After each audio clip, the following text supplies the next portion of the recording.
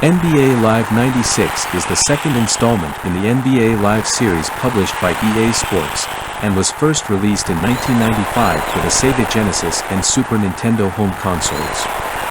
In this review, I am not going to talk about PlayStation or MS-DOS versions, which were not released before 1996, and featured completely different 3D rendered camera angles. Like in NBA Live 95, the game is presented from the isometric on-court perspective. It uses the T-meter for shooting free throws, and the turbo button is used to give players a temporary burst of speed. However, unlike NBA Live 95, turbo button can also be used to perform dribbling moves now, to get rid of the defender.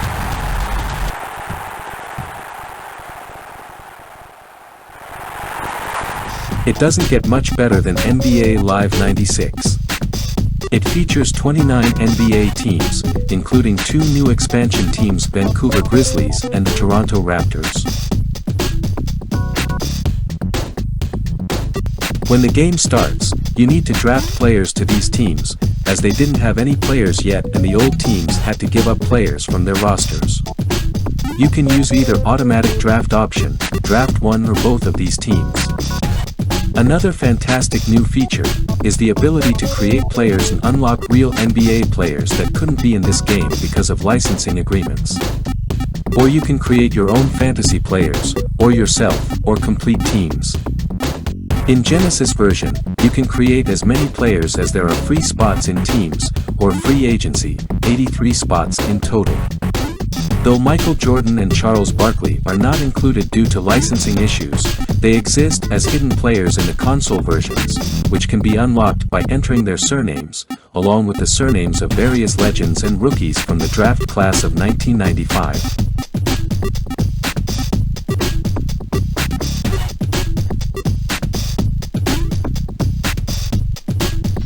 In SNES version, you can only create 24 players. Or edit, to be precise. There is no create player option in the SNES version. So how does it work? There are 24 roster players laying around in different teams, and if you know who they should be, you can go to edit player option and replace the roster player name with real player name. Or if you want, you can replace them with any hidden player.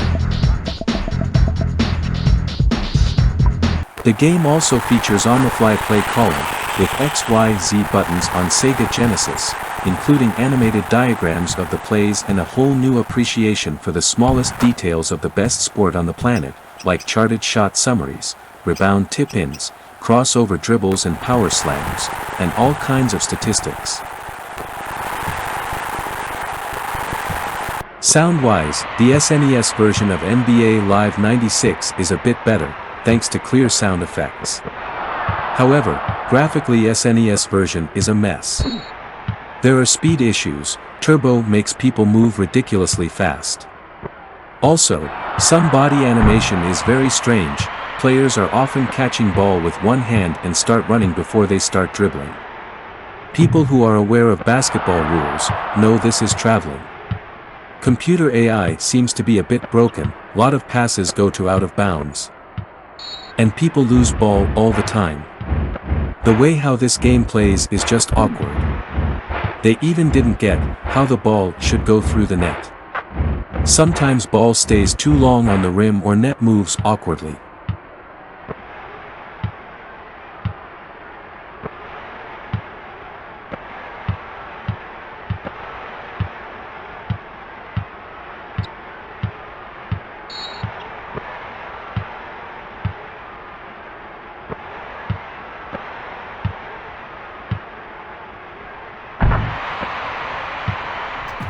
Genesis also has more features.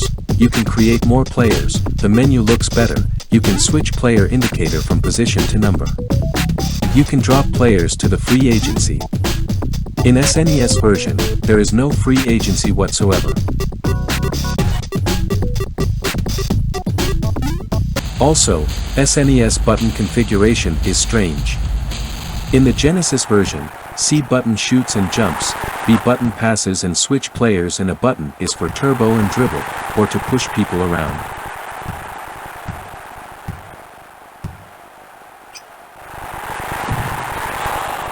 In SNES version, the button you use to dribble, jumps in defense.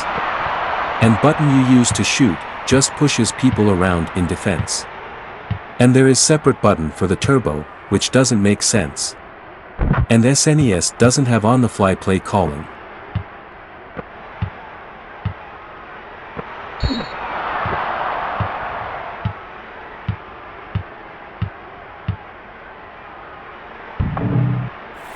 So there you go, Genesis version beats SNES version easily.